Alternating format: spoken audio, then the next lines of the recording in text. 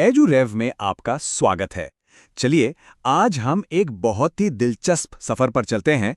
एक ऐसी जगह जो भारत से हजारों मील दूर है, लेकिन फिर भी उसे छोटा हिंदुस्तान कहा जाता है।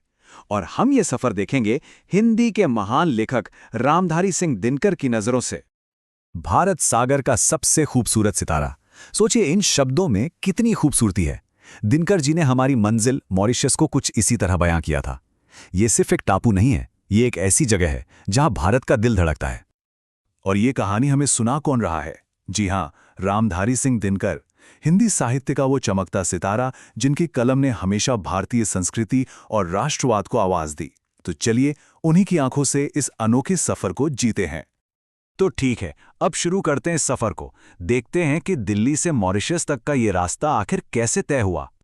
तो देखिए, ये सफर शुरू हुआ 15 जुलाई को देश की राजधानी दिल्ली से।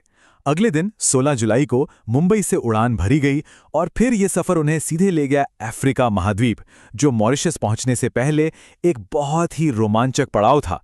मतलब ये सिर्फ एक हवाई यात्रा नहीं थी, ये दो अलग-अलग दुनियाओं को जोड़ रही थी।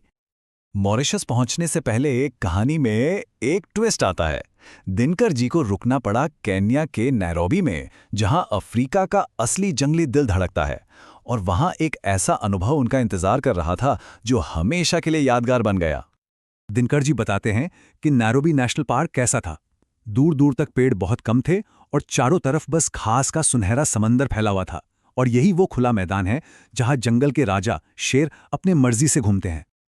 और नैरोबी में रुकने का असली मकसद क्या था? मकसद था शेरों को देखना। चिड़ियाघर के पिंजरों में बंद नहीं, बल्कि उनके असली घर में, खुले जंगल में, उनकी पूरी शान के साथ। और फिर वो नज़ारा सामने आया।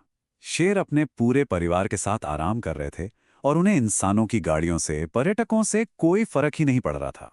उनकी उस शांति में भी एक गजब की ताकत थी। लेकिन जैसा कि हम जानते हैं, जंगल में शांति ज्यादा देर टिकती नहीं है। जैसे ही शेरों की नजर पास में चढ़ते हुए हिरणों पर पड़ी, माहौल एकदम बदल गया। शिकार का वो खेल शुरू होने वाला था जहां जिंदगी और मौत के बीच का फासला बस कुछ पलों का होता है। अफ्रीका के जंगली अनुभव के बाद चलिए अब हम अपनी असली मंजिल पर पहुंचते हैं, मॉरिशस। आइए जानते हैं कि हिंद महासागर के इस खूबसूरत द्वीप को आखिर छोटा हिंदुस्तान क्यों कहा जाता है।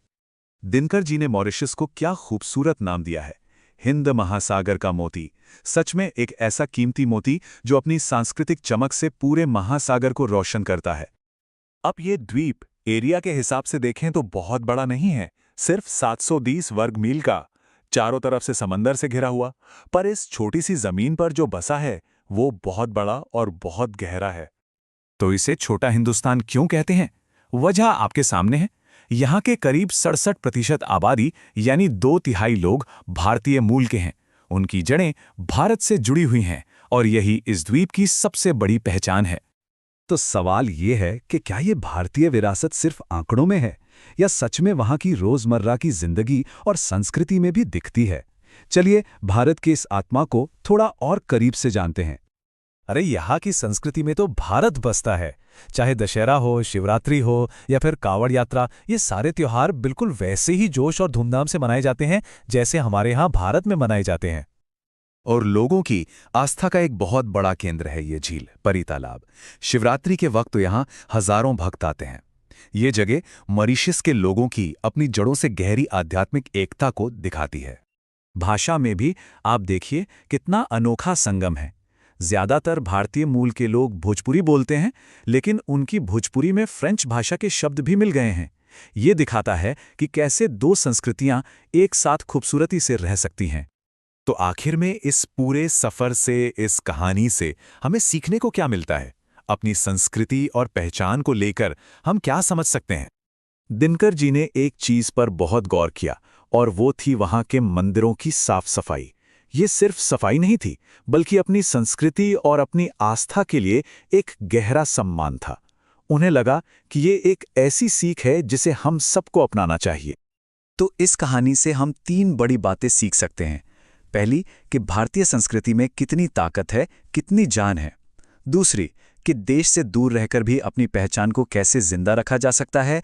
और तीसरी, कि सफाई का हमारी आस्था और संस्कृति में कितना महत्व है। और आखिर में ये कहानी हमारे लिए एक सवाल छोड़ जाती है कि हमारी संस्कृति में आखिर ऐसी कौन सी बात है, कौन सी खूबी है जो उसे दुनिया के किसी भी कोने में जिंदा रखती है। तो संक्षेप में कहें तो हिंद महासागर में छोटा सा हिंदुस्तान के इस सफर में हमने रामधारी सिंह दिनकर के साथ मॉरिशस को देखा। हमने जाना कि कैसे भारतीय संस्कृति, परंपराएं और भाषा अपनी मातृभूमि से इतनी दूर भी फल फूल रही हैं। मॉरिशस के लोगों ने हमें दिखाया है कि अपनी पहचान और विरासत को कैसे सहेजा जाता है, जो हमें सांस्कृतिक गौरव का एक अहम सबक सिखाता है। ऐसे ही और विस्तृत विश्लेषणों के लिए और अपनी सीखने की यात्रा को जारी रखने के लिए आज ही प्ले स्टोर और iOS ऐप स्टोर से एड्यूरेव ऐप डाउनलोड करें।